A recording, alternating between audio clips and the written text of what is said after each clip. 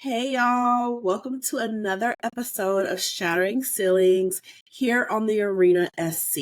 We are so glad that you continue to log in and follow us and tune in to these great interviews and podcasts that we're conducting with the amazing women across South Carolina. And I am joined today by two additional amazing women who are so inspirational and spoiler alert to y'all, I'll give full transparency that they're also my sorority sisters. So very special connections there. And that is Senator Tameika Isaac Devine and Senator Margie Brighton Matthews. Senator Margie Brighton Matthews covers District 45, which covers Allendale, Beaufort, Charleston, Collington, Hampton, and Jaspers counties. And then Senator Tameika Isaac Devine is District 19, which covers Richland County, and she is our newest addition woman senator to the Senate. So we are so happy to have them both here with us to discuss all things South Carolina politics, even maybe some national politics and the Senate. So thank y'all so much for being here with me today. Thank you for having us. I appreciate the opportunity to be with you. Wonderful. So I want to start off with a lighthearted question, and then we'll jump into the deep stuff. So I've been asking all of my guests, who are your people or who do you find community with?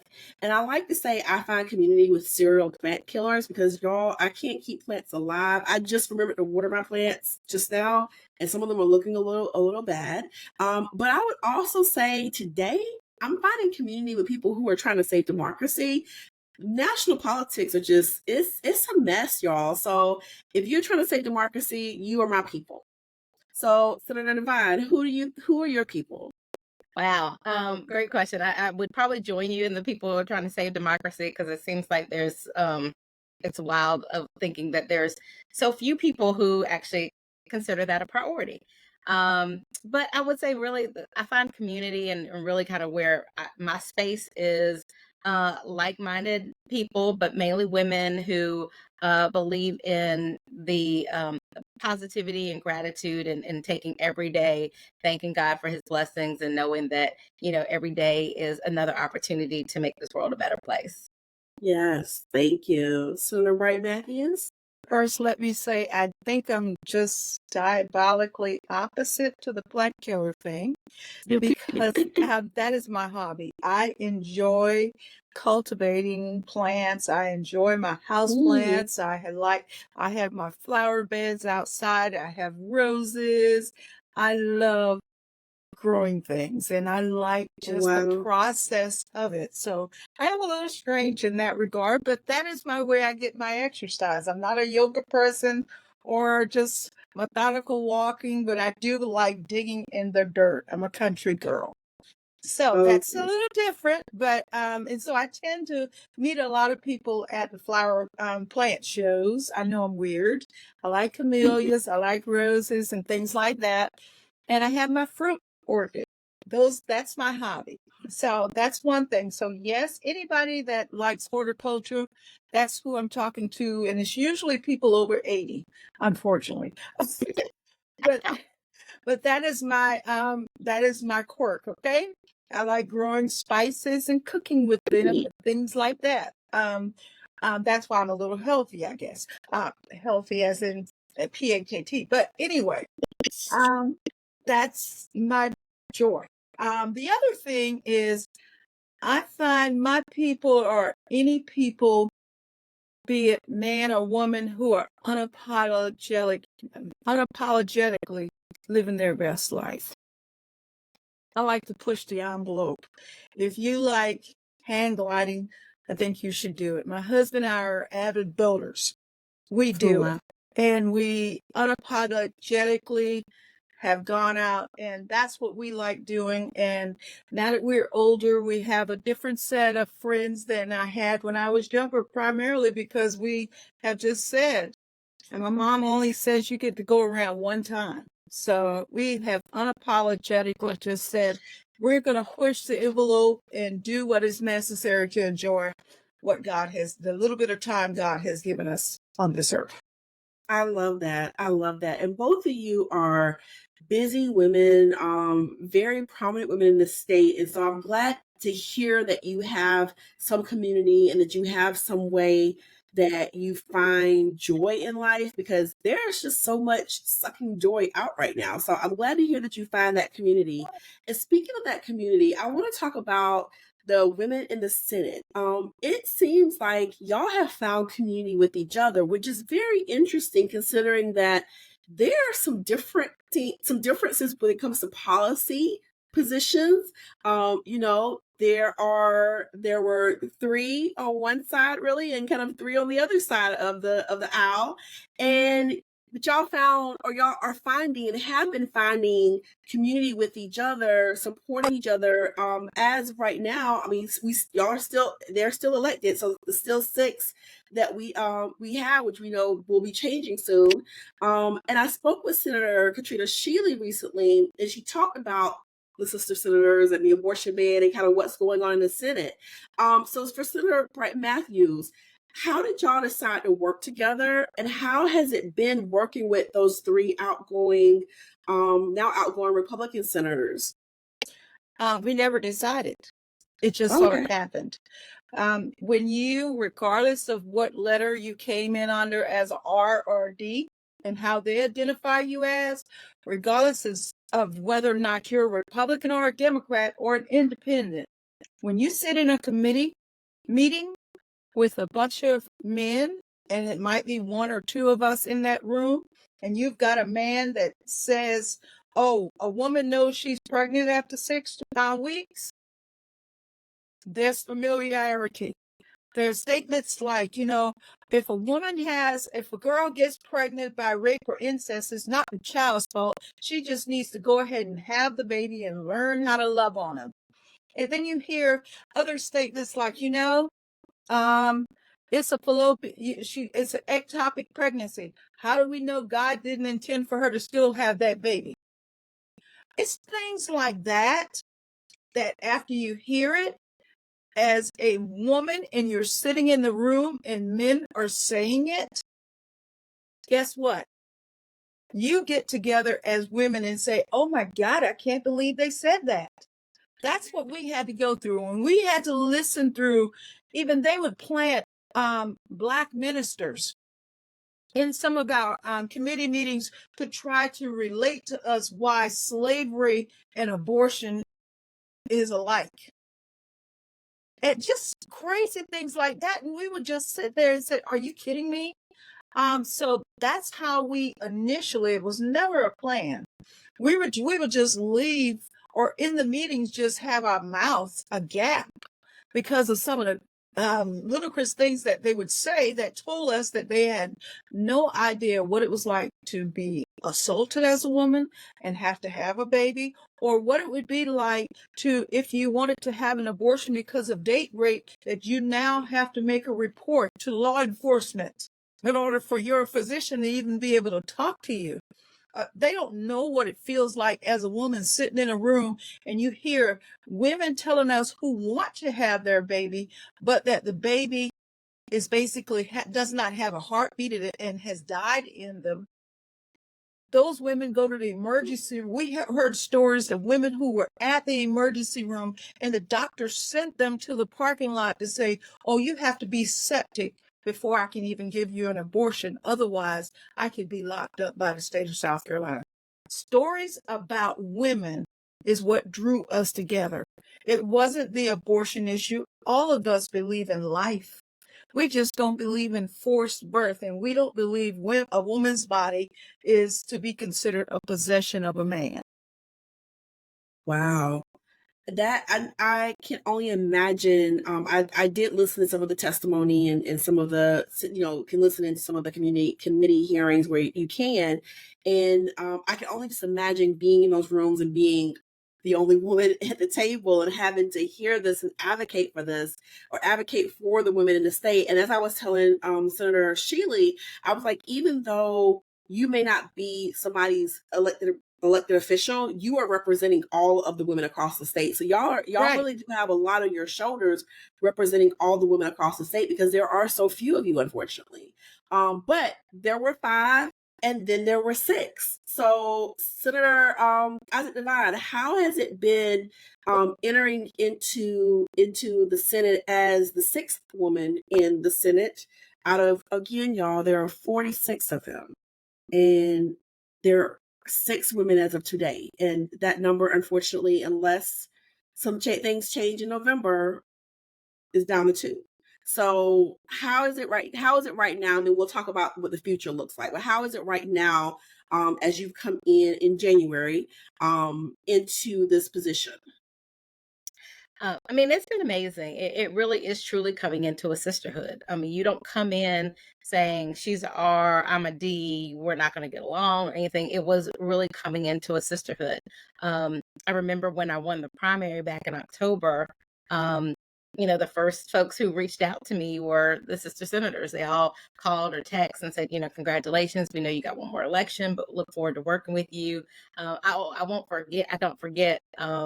When they won the Profile and Courage Award, and I was watching it, just looking, and even Sandy kind of did a shout out, said, it's 5 of us, but oh, now we have 6 because there was a woman won her premiere last week, and it was just, I felt the love and excitement before I got there, and from day one, it has really truly been a sisterhood. Katrina is like the big sister, and has she gave me, I don't have it on today, but every day I'm in the Senate, I wear my Senate I wear her pin, and that she gave me on my swearing in day. And for Valentine's Day, we all kind of gave each other gifts. And the last day of the session, Katrina handpicked a gift for each of us. I mean, it was just, so it's really truly a sisterhood. And then I think a lot of people, and I know that was the issue that, got them national, international press, and certainly receiving the Profile and Courage Award. But, abortion is not the only issue that, we work together on. And so coming in, what I found a lot of a fresh breath of fresh air was even sometimes being in meetings with my male colleagues that I get along with, and we work together with stuff on.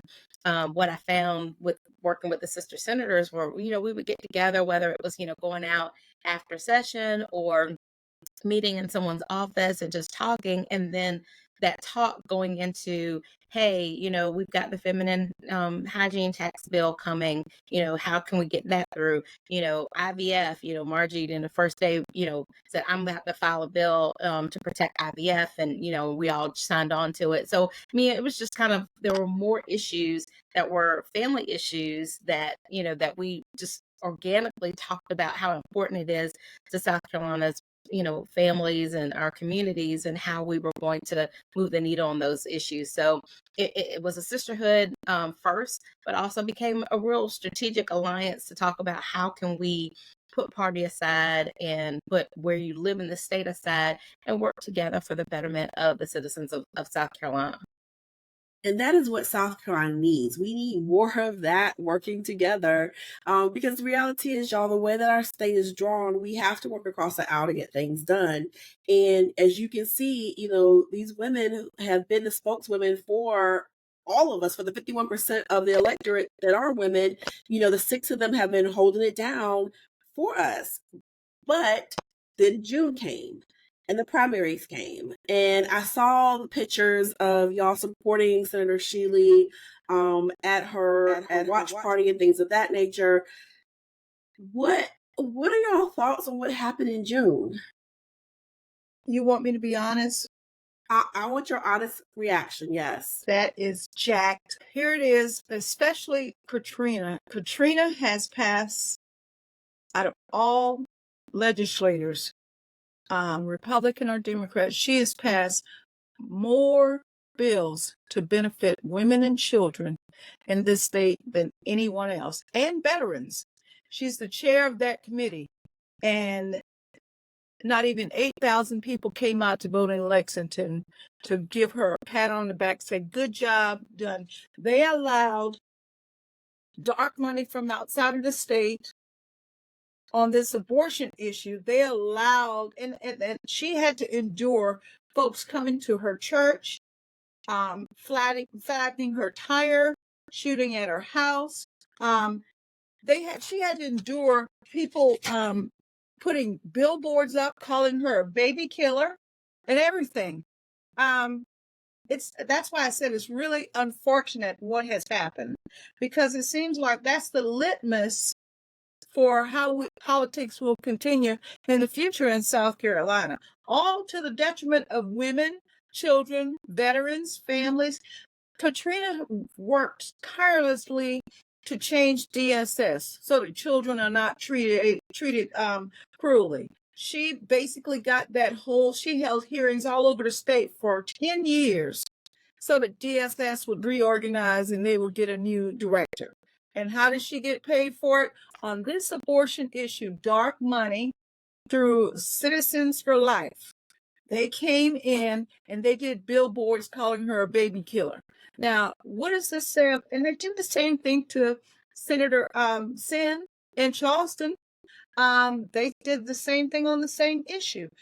And yet this, out of the 5 of us, 6 of us, all of us really have a different opinion of the number of weeks a woman should be allowed to have an abortion. They didn't care. Senator Shealy, Senator Stan, and Senator Justice and the Republican women, they voted for the 6-week ban. I voted against it. And I'd vote against it if it came up again. But it tells you the far fringes of the Republican Party, the MAGA Reds, they will do anything. All the vitriol, they love it. They posted pictures, augmented ugly pictures of Sandy, called her ugly names.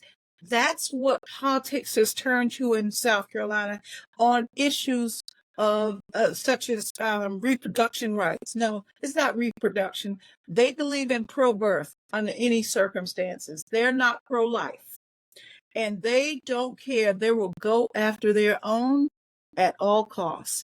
And if the women in South Carolina, if this is what they will allow, it's really, and the reason why I probably shouldn't say the word jacked up, it's unfortunate because more is going to happen come January. The first bill out of the hatch is going to be a total ban on abortion with criminal penalties for a woman that goes out of the state to attempt to get an abortion.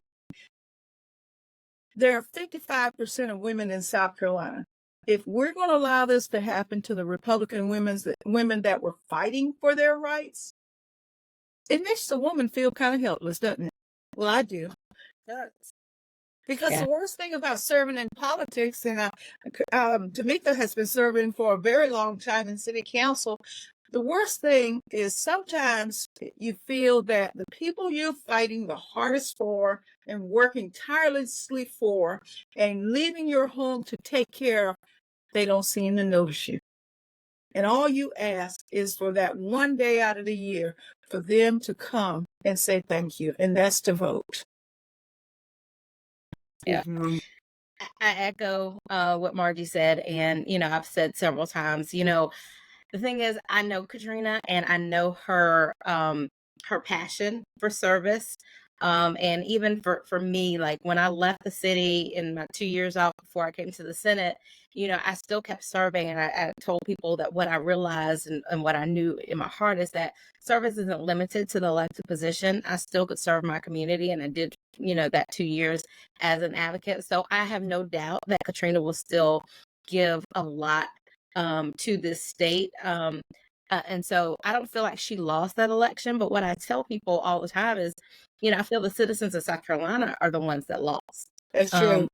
We lost an amazing public servant who gave tirelessly to this state and fought really, really hard. And as Margie said, not only has she passed the most bills, which tells you understand it. And Melissa, you know this because you're up there and you see it. Most people don't get how an idea becomes actual law, and that whole process from introducing a bill and then getting it passed and in both chambers, all that stuff. And so to know that she has gotten the most bills passed, that she has had to have great ideas, been able to communicate those things and get them passed in such a polarized body. And so it tells you the effectiveness that she was as a senator. But in addition to that, she just really cares for people and understands how to get things done. And then, when you think about Sandy and Henry, I mean, Sandy lost by, less than 40 votes. And I mean, it is amazing the money that came into this state. And so what I think that for the citizens of South Carolina, either not participating and getting influenced by dark money and not really understanding, the issues, we lost. And I think that this will become the playbook for a lot of other races. And so we need to be real careful as to where we're going, because you're going to get, not only are you going to get people who don't want to go through that and won't run for office, good people won't run for office, but you'll have bad people elected, which produces bad laws and bad outcomes for our citizens. So let's stay on that and talk about the voters for a moment. And I had this conversation with Senator Shealy, and I guess where I'm confused at, is this really the reality that voters want? Like the way that the path that we are on for the state and the path that we are on for the country. I did a review of the Project 2025 policy positions, and y'all, it's scary to see moderate Republicans being replaced by far right extremists who want to implement some of these policies, and I'm just concerned that the average citizen, is this really the country and the state they want, or are they not sure what they're voting for? They're just not voting. Like, I don't understand kind of what's going on here. Well, if I could just say this, I'm going to try to make 2 points. Number one, the average voter in Katrina's district did not realize, they still don't realize that she is not going to be on the ballot in November. That's unfortunate. There were she represents we all senators represent over 111,000 people. There were only 8,000 votes cast, little less than 8,000 votes cast in the primary. So the point I'm trying to make is, when you get these reapportionment lines drawn primarily by the Republican Party and the National Republican Party, there's a problem with democracy whenever the races can so clearly be determined by a primary only. Because they've gerrymandered these districts in such a way that it may have sounded good to the moderate Republicans when they were drawing those lines, but the net effect of it is it knocks out any moderation whenever you have the far fringes of your party. That goes for Democrats and Republicans, unfortunately. So you have to be careful. And so little bit by little bit, since I've been there in 2015, they've merged towards further and further. The Republicans have gone far and far right. So what did we have here? She's a centrist Republican. Sandy's a centrist Republican. The MAGA Republicans have taken over since 2016, and they've little bit by little bit, since I've been there, have gained ground. And so how they have been able to do that is get all this, as Tameika was just saying, the dark money has come in and they got their people out to the polls. Simple as it is. And so now I don't even think there's a Democratic challenger in that district, because the numbers are so against a Democrat. Whenever you get these districts that there's no competition in the general, it gives room for a far right or far left person to come in and just take it. And that's what the Republican Party is seeing. I've seen it in the House. When I first got there, we may have had 2 or 3, we call them Freedom Caucus or Family Caucus members. Now it's like they are really challenging everything the Republican Party has been trying to accomplish. So the only way that the Republican Party, the centrist Republicans, have been able to get anything done is they're either having to go along to get along with the MAGA Republicans, or either they're going to have to bite the bullet and come to the Democrats to try to form an alliance so that we can keep some normalcy in both chambers. That's where we are today. And it's so funny because it used to be where you would want people to be able to get things passed, which means you got to work with people. But now that becomes, that becomes a lightning rod. I know for Katrina and Sandy, there were mailers sent out with kind of taking the sister senator picture and cutting off the others and showing them just with Margie and Mia, and so make it look like, oh, Katrina's, she's signing with the Democrats, doing blah blah blah. I remember a really good friend of mine who ran, and she's a Republican, and she ran for Secretary of Education, and I supported her, and it was all in the paper. Oh, she's getting money from, a Democrat. And so that becomes like a bad word that somebody can work with the Democrats. I think that is one thing that's very scary, that it becomes so polarized that you just because of your party affiliation, you can't seem to talk to somebody, which means you can't actually work to get good things passed. The second thing is, and it's really disheartening. And I saw Katrina's interview. I don't think she mentioned this, but I'll say it. It's really a sad part when you have other people, when you used to would have bodies that show respect for each other. But there are sitting senators who were part of trying to take down the female senators. There are sitting senators that will walk away from the well when one of us are asking questions. There are sitting senators that will walk out of the chambers when one of us is at the well trying to address an issue. And so when you talk about politics, and back in the day, there used to be stories where people, you disagree on an issue, but you walk out and you have a beer together and you can still, live to fight another day on another issue that you may can find some common ground on. It has gotten so polarized, and the disrespect level and the outward, like I said, just trying to take down another senator, it is unheard of. And so I do think you're going to see more of that because they're going to be emboldened. And to have some of those senators, when Katrina was doing her farewell remarks, they walked out of the room because they knew they couldn't even sit there and listen to her, because they knew what they had done to her, distorted her record, called her a baby killer, lied about her, attacked her and her family. I mean, those are things that you just don't think about in American politics, but that's where we are now. So how do y'all move forward then? I mean, the two of you will be returning in January. How are you going to work with your colleagues when this is the kind of attitude they're taking, and how do you move forward if November comes and we don't elect more women? How is that going to impact how you work? Well, I guess for me, going back to where I find my people, I'm very much someone who's centered in gratitude and understanding there's a lesson and a blessing in everything. And I believe that even though this isn't the situation we'd want to be in, there's definitely lessons to learn from where we are and how we got here. And there's a blessing in the fact that we still have an opportunity, we still have a platform. And so the way I will go into it is being grateful every day that I have an opportunity to be there and fight another day.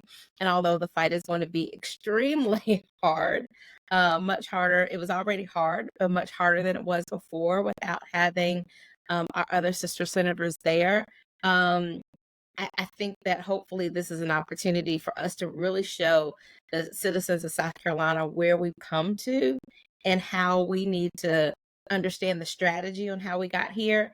And so we need to start having strategy as well. What is our strategy to turn the tide? What is our strategy to really deliver things? And so I'm a glass half full type person, and I might have, Pollyanna glasses on, but I'm going in with that thought of gratitude, understanding that I have work to do. And whether there's 2 of us or 6 of us or, more, we still have a job to do, and I'm going to show up every single day to do it, and just figure out another way to kind of get through there. And like I said, I know Katrina's going to still be working, and she's already said, hey, I'm going to help you how I can, and I'm going to still, give you ideas, and she's got some things some things that are left undone, and I know that Margie and I can hopefully start moving those things forward, just in honor of her. I honestly, I was stunned when the Senate lost 4. When I came to the Senate, the number was 20.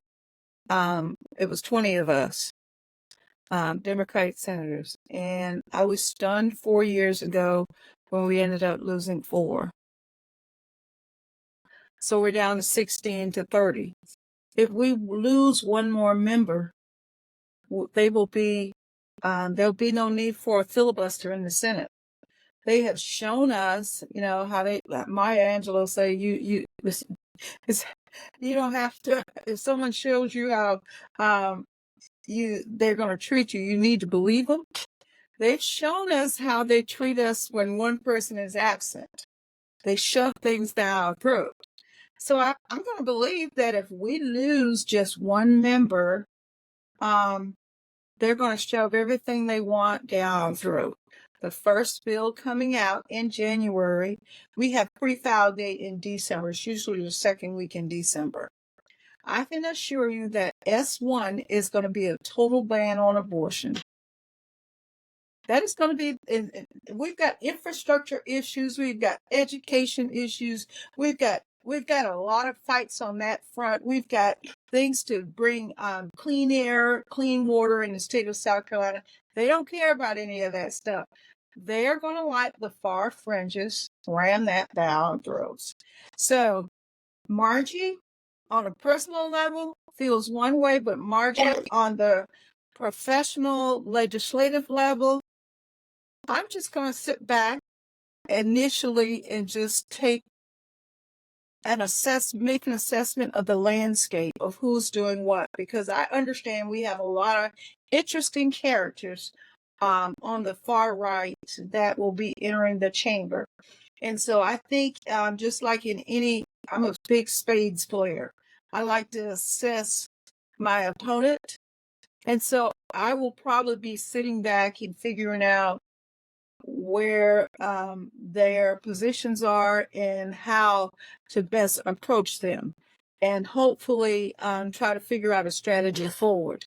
Tameika and I will also, you always talk about Republicans, but we also have to assess our own colleagues in the Democratic caucus.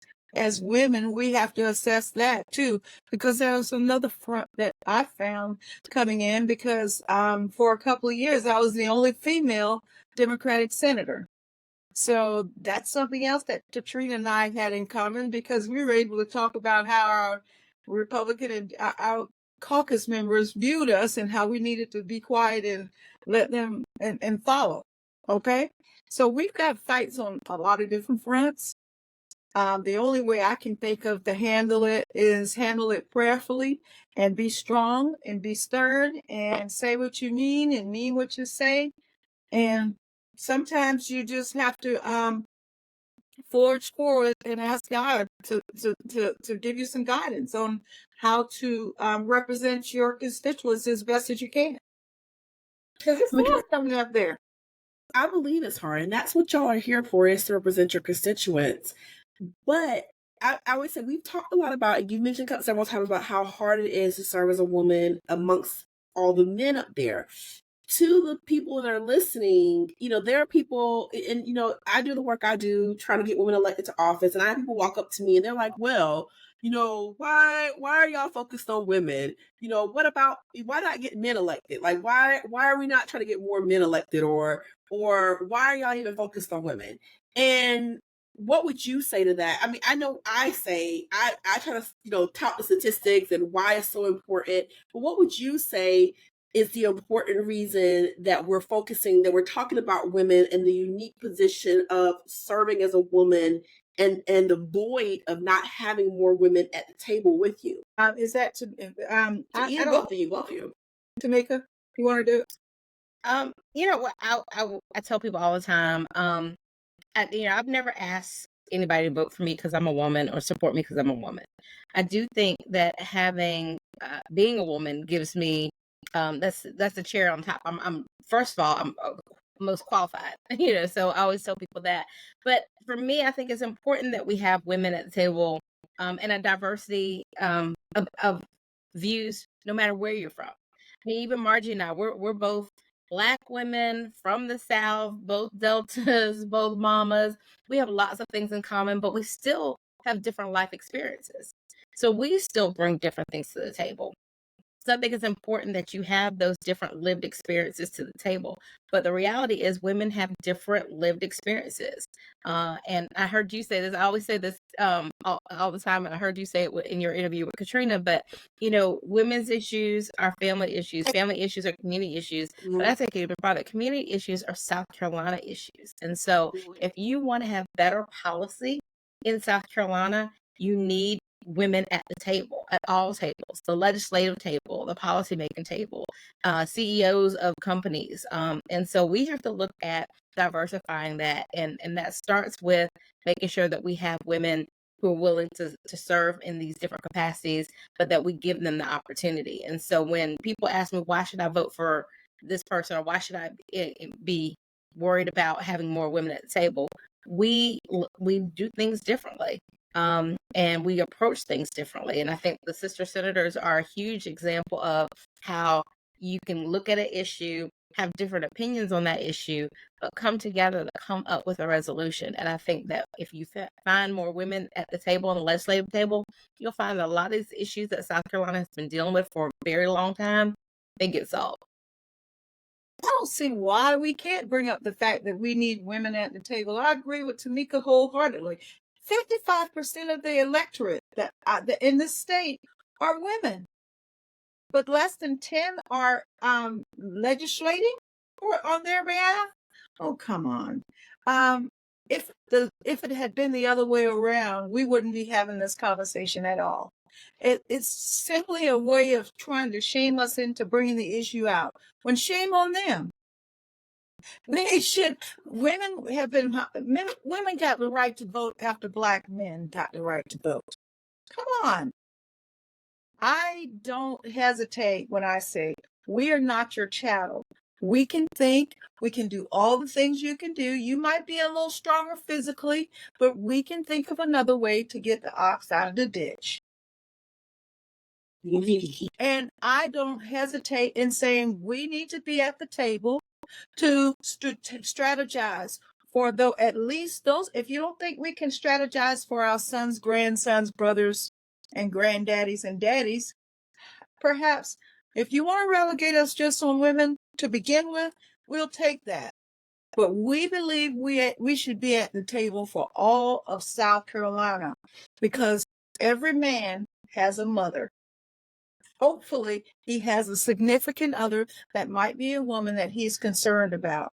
If it weren't for me and Katrina in that chamber, when I first got to the chamber, those men would not have understood that there was no woman on the PEBA board. That's the Public Employee Benefits Association.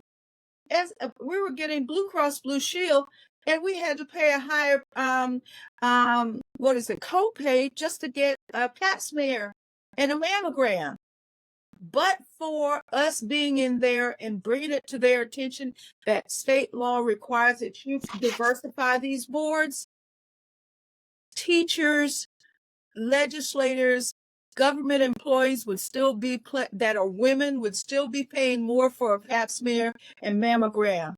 When we brought it to the floor, I brought it to Katrina. She and I collaborated on it, and then we got the statute and showed them. Say, hey, y'all are the one that passed this this legislation. You need to diversify this board, Governor McMaster, because if not, you men in the chamber are going to have to give your wife or your daughter. You're going to have to pay more for these services. Is that fair? It was only then that we were able to get some folks on the board that looked like us and that understood that every woman needs a mammogram and a pap smear, and she shouldn't be paying more than a man should for his yearly care checkups. Things like that. Wow. Yeah, we definitely need your voices. I'm obviously a supporter of getting women elected to office. And I don't think that we should vote for women just because they're women. But we should vote for them because she's the most qualified person on the ballot. And the reality is there are very qualified women on the ballot, but there's also an effort to silence our voices in the state.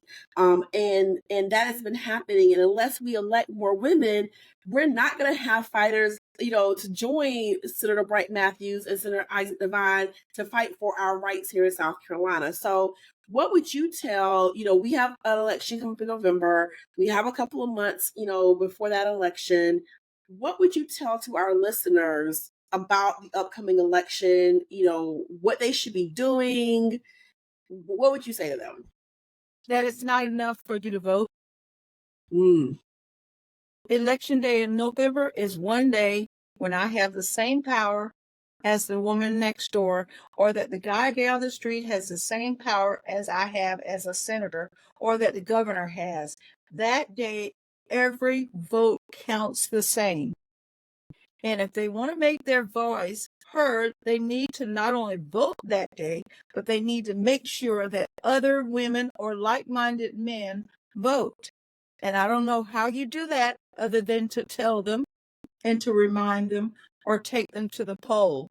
If you want to make sure that your children are continue to be educated properly, if you want us to get a chance in South Carolina to reinstate, to give free lunch to our children so that they can go to school instead of giving tax exemptions to large corporations and tax exemptions for playing around the golf, you need to make sure that you go out and vote.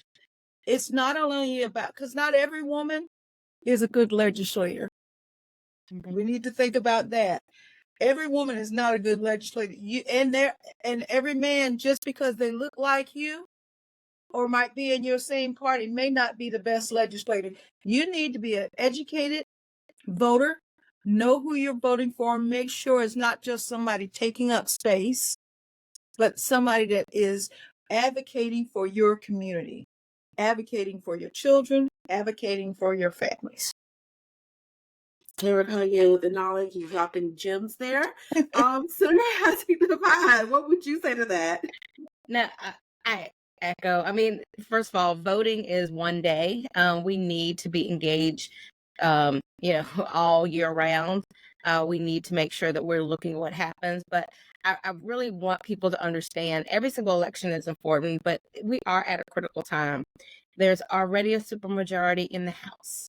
And we see what is happening there. And if you don't see what's happening there, I encourage people to download this SC Legislature app and just watch these sessions. Just watch a couple sessions, and you will really get an awakening on what the folks that you were elected to do, get things done, what they're doing and what they're not doing.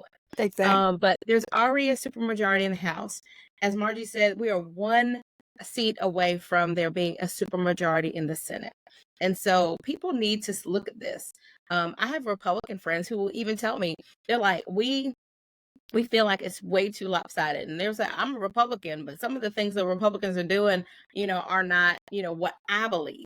If you need to be informed and engaged to see what the folks are doing. And if they're not representing your values of what you want, whether, they're in your same party or not, you need to look at where do you want South Carolina to go? What kind of state do you want for your kids and your grandkids? And I will tell you, where we're going is not where the majority of South Carolinians want us to go. But the only way for us to turn the tide is for people to get engaged and really look at electing good people. And so we have got to make sure that we support the candidates that are running on that represent your values. And then we got to continue to get educated and informed and engaged year round, because there's a lot of things happening in the state that people don't see and don't know, and they don't even realize till they see it on the news. And now we know so many people don't even watch the news anymore, so they're still not getting it. And so we got to start playing chess and understand that this isn't a game. This is about our lives. And y'all know my spiel. I've said it several times. If you find a candidate that you are really passionate about, donate to their campaign, y'all. And this is not an effort to put more money into politics, but it takes money, especially for a new candidate, to get their name out there. Mailers cost money. Door knocking costs money. Phone banking, text banking costs money. Donate to a candidate. Make sure you vote. Take 2, 3, 4, 5, 10 friends with you to vote. Volunteer for campaigns. When you find those candidates that you're passionate about, that you believe will do the work on behalf of you as a constituent, put your time and money where it's at and where it matters to support those candidates, because they can't win without your support. So, and we're hearing it, from two of our very own, that we have to get better and more better elected officials at the table if we want to see South Carolina really shine like we know it could. So on a lighter note, to kind of end us out, I do want to ask y'all, the work that you're doing is hard work. It's hard work, but it's also heart work. So, who are the women who inspire you to continue doing this work and keep this going? Can I go first? You sure can. My mother, she was a stay-at-home mom. I'm number 9. And education was the most important thing to her. She only went to the 6th grade. But she believed in taking care of her children and taking care of her family. And she was just a compassionate person. No one met her and didn't love her. And she would feed kids, and our house was the hub of the community. And we had a big field, and you played basketball in the summertime, and in the fall you played baseball. And she just believed in being positive for kids. And and if you came to the house and you came to play basketball, you got to eat. And to me, that's a part of community that was way back when. It was she and my dad. My dad was a Mason. She was an Eastern Star. They believe in taking care of the community. And there's nobody I idolize more than my mother, because I knew the plight she went through as a woman that was born in 1923, married to my dad 60 years. So there's nobody I idolize more than her. Thank you for that. I would say women that inspire me to do what I do are my girls. I have a 19-year-old and a 14-year-old. And I think about the state that I want for them. And I feel like I know that giving up is not an option. That we all have to get to work if we want our state to be better for our kids and our grandkids. I don't want my girls to say, Mom, we love you and we know you love this state and we know this state is our home, but we can't live here because we can't survive here. And they go somewhere else. And so that's who inspires me every single day. And they're really at the point where I think that we have so much talent that we're going to lose in this state because this state does not support and respect our women. And so that's who inspires me. Wonderful. Thank you. And thank you both for taking time this evening to interview with me on this podcast.